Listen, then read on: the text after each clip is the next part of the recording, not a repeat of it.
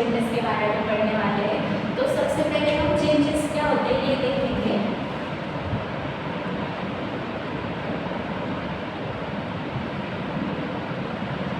तो चेंज इस वर्ड का मीनिंग क्या होता है? कुछ नया होना या फिर पहले से कुछ अलग होना। और इसका साइंटिफिक डेफिनेशन क्या लिख सकते हैं हम? An alteration in the properties of matter due to some cause। यानी कि किसी भी मैटर में किसी कारण की वजह से उसकी प्रॉपर्टीज में अल्टरेशन आता है, तब हम क्या कह सकते हैं कि उसमें चेंज हो रहा है। तो मैटर का मीनिंग क्या होता है? हमारे आसपास जितनी भी सारी चीजें प्रेजेंट है उसको कुछ स्पेस लगता है, यानी कि वो कुछ स्पेस ऑक्यूपाई करते हैं और उससे कुछ मास होता है, उसे हम क्या कहते हैं? मैटर। तो मैटर क्या होता है? Anything around us which occupy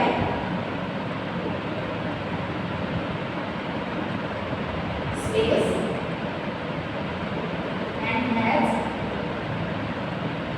some mass। तो हमारे आसपास जितनी भी सारी चीजें प्रेजेंट है, जिन चीजों को मास होता है और वो कुछ स्पेस ऑक्यूपाई करती है, उसे हम मैटर कहते हैं। वो हमारे लाइफ का इम्पोर्टेंट पार्ट है, क्योंकि हम जहाँ भी होते हैं, स्कूल में, घर में या फिर रोड पे, हर जगह कुछ ना कुछ चेंजेस होते रहते हैं। तो ये जितने भी सारे चेंजेस होते हैं उन्हें हम दो कैटेगरी में डिवाइड करके पढ़ते हैं। इसमें से एक क्या है, जो कि हमारे चैप्टर का नाम भी है, फिजिकल चेंजेस।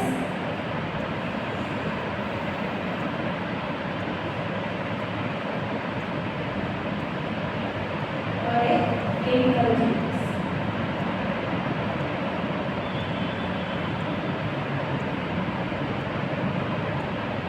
तो इन दोनों भी चेंजेस के बारे में अब हम डिटेल में पढ़ने वाले हैं। तो सबसे पहले स्टार्ट करेंगे फिजिकल चेंजेस।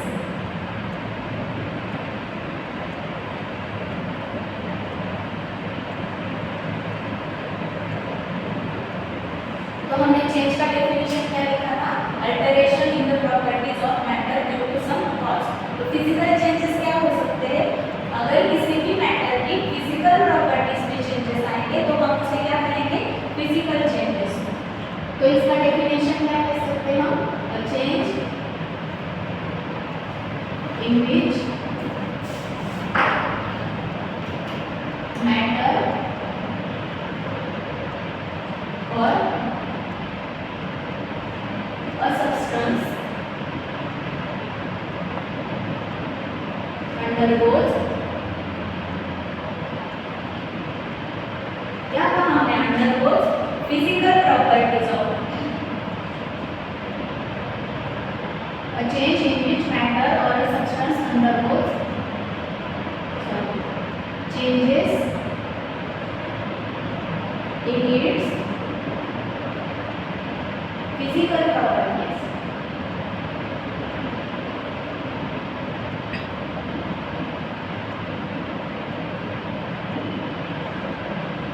तो हमने यहाँ क्या लिखा है? मैटर और सब्सटेंस। साइंस में इन दोनों को भी, मैटर और सब्सटेंस को, अलग अलग पढ़ते हैं। हालांकि उनका मतलब सेम ही होता है, पर सब्सटेंस जो होता है वो मैटर से थोड़ा ही अलग होता है। मैटर को क्या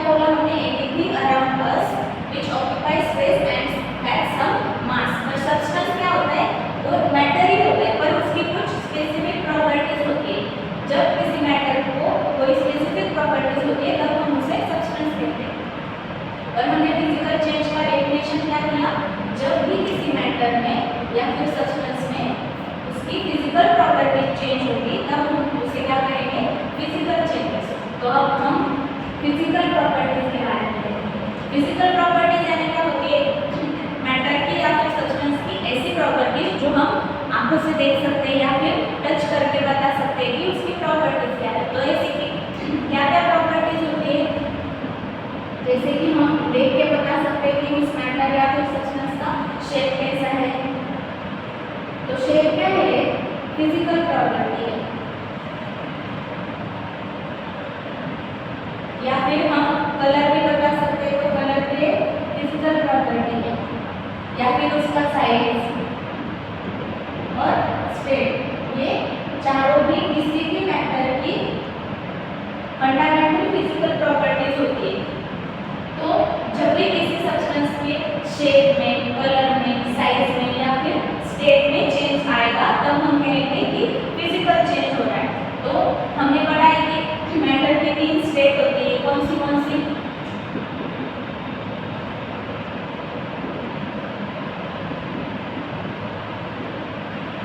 मैटर की 3 स्टेट होती है, तो सॉलिड, एक लिक्विड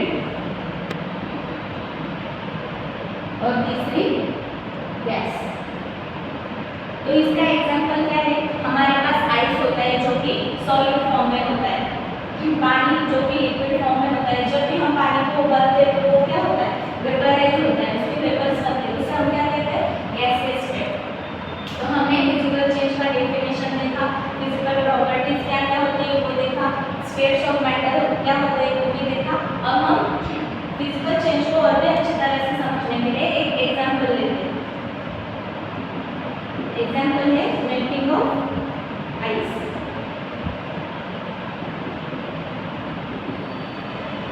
तो हमने एक बीकर लिया, उसमें से फ्रीजर में से कुछ आइस क्यूब्स डाल दिया और उसे हमने ऐसे ही रूम टेम्परेचर पे 5-10 मिनट के लिए ऐसे ही रख दिया। तो थोड़ी देर के बाद क्या होगा? उस पूरे आइस का पानी बन गया होगा। तो हमने स्टेट्स ऑफ मैटर देखा, तब हमने क्या कहा था कि आइस जो होता है वो सॉलिड फॉर्म में होता है और पानी किसमें होता है? लिक्विड।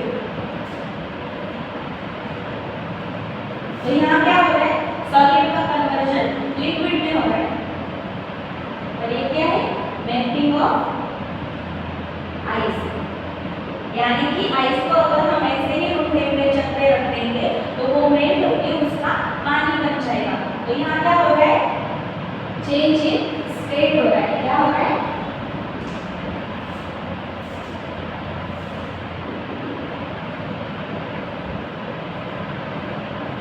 और हमने देखा था स्टेट क्या है? Physical property. तो मेल्टिंग ऑफ आइस क्या है? फिजिकल चेंज है। इसके और भी एग्जांपल देखते हैं हम लोग। देखा कि चेंज क्या होता है, मैटर क्या होता है और फिजिकल चेंज क्या होता है, उसका एक एग्जांपल भी हम लोगों ने देखा, मेल्टिंग ऑफ आइस। और फिजिकल चेंजेस के एग्जांपल क्या है?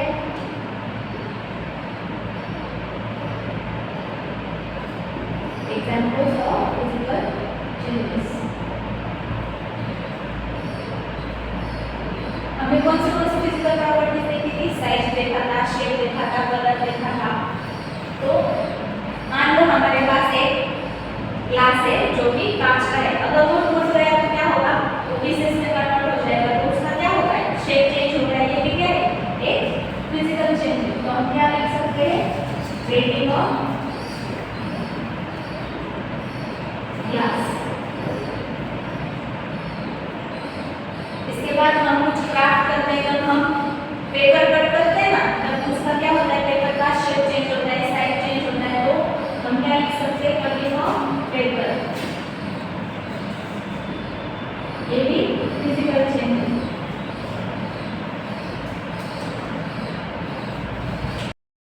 जब भी कभी हमारे घर में लाइट चली जाती है तो हम क्या करते हैं? कैंडल जलाते हैं। आपने कभी कैंडल को जलते हुए देखा है? उसका जो वैक्स होता है वो मेल्ट, सपोज ये कैंडल है और वो ऐसे जल रही है, थोड़ी देर के बाद क्या होता है? ये वैक्स मेल्ट हो के ऐसे नीचे आ जाता है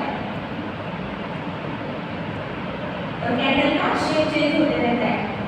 और वो वैक्स किसी नए सब्सटेंस में जाता है, वो वैसे हमें ऐसे सपोज ये सरफेस है, इस पे ऐसे जमा हुआ दिखता है। तो मेल्टिंग ऑफ वैक्स भी क्या है?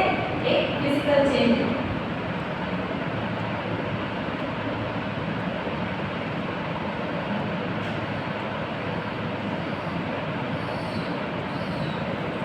तो ये सब होगा फिजिकल चेंजेस के बारे में। अब हम देखेंगे कैरेक्टरिस्टिक्स ऑफ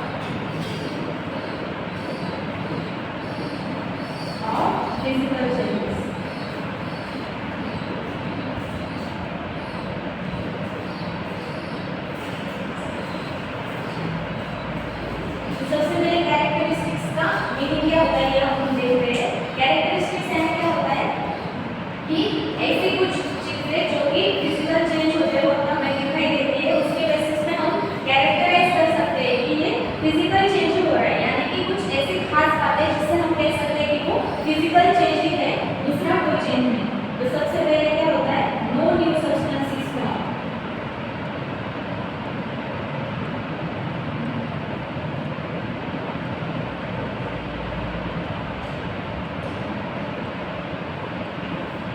यानी कि हमारे पास पहले जो सब्सटेंस था वही हमें वापस मिलता है चेंज होने के बावजूद।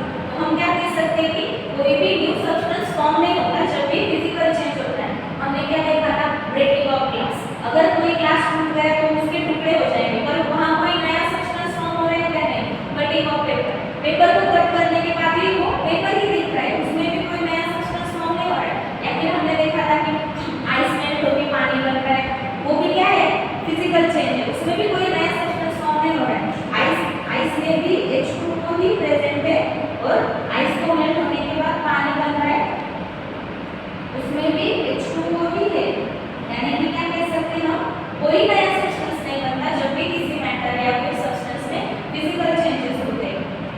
इसके बाद फिजिकल चेंज की दूसरी कैरेक्टरिस्टिक्स क्या होती है, ये जो फिजिकल चेंजेस होते हैं वो जनरली यानी कि कुछ ही फिजिकल चेंजेस ऐसे होते हैं जो कि रिवर्सिबल इन नेचर होते हैं।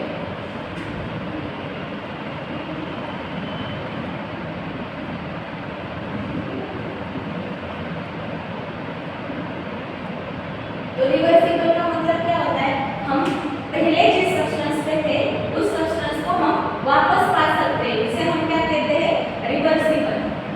यानी कि उस चेंज को हम रिवर्स कर सकते हैं। फिजिकल चेंज का हमने सबसे पहले एग्जांपल क्या देखा था, melting of ice. Ice melt होके पानी बन रहा था, उस पानी को अगर हम वापस फ्रीजर में रख देंगे, फ्रीजिंग,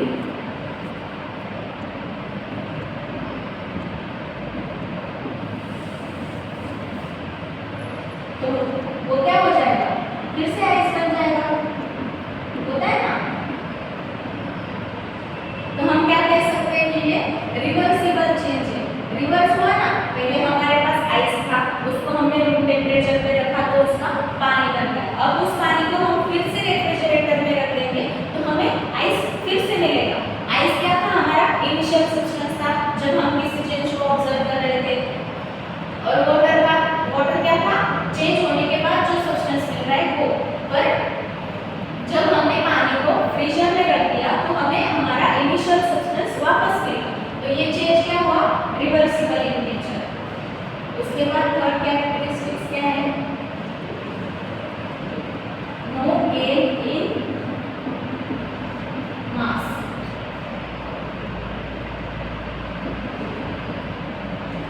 यानी कि हमने जो इनिशियल सब्सटेंस लिया है उसका जितना मास है वो चेंज होने के बाद भी उतना ही रहता है। इसको एक एग्जांपल के थ्रू समझते हैं। ये हमारे पास पानी है, उसमें हमने कुछ शुगर ऐड कर दिया, मान लो कि 10 ग्राम ऑफ शुगर उसमें हमने ऐड कर दिया।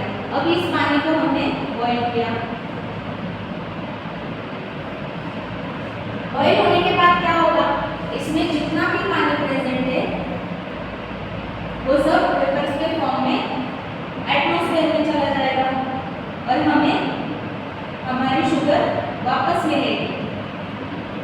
और ये जो शुगर हमें वापस मिल रही है उसे अगर हम वेइ करेंगे तो हमें वो 10 ग्राम ही मिलेगी। यानी क्या हुआ, ये चेंज तो हुआ, शुगर पानी में मिल रही, मेल्ट हो गई पूरी तरह, उसने होमोजेनियस सॉल्यूशन बनाया, उसको हमने बॉईल किया, फिर पानी वेपराइज होकर एटमॉस्फेयर में चला गया और हमें शुगर वापस मिली जो कि क्या था, हमारा इनिशियल सब्सटेंस। और उसका वेट भी हमें उतना ही मिला जितना कि हमने इनिशियली लिया था, कितना, 10 ग्राम। तो हम क्या कह सकते हैं कि जब भी कोई फिजिकल चेंज हो रहा है तो हमने जो सब्सटेंस लिया है उसमें कोई गेन नहीं होता या फिर लॉस भी नहीं होता।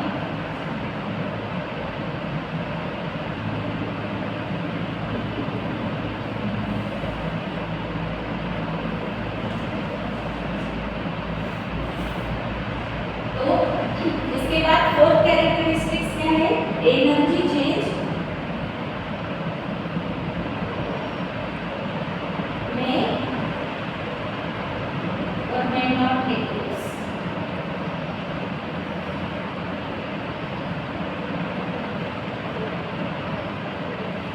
यानी कि क्या कुछ फिजिकल चेंजेस ऐसे होते हैं जिसमें हम एनर्जी चेंजेस भी होते हैं और कुछ ऐसे भी होते हैं जिसमें कुछ एनर्जी चेंज नहीं होते।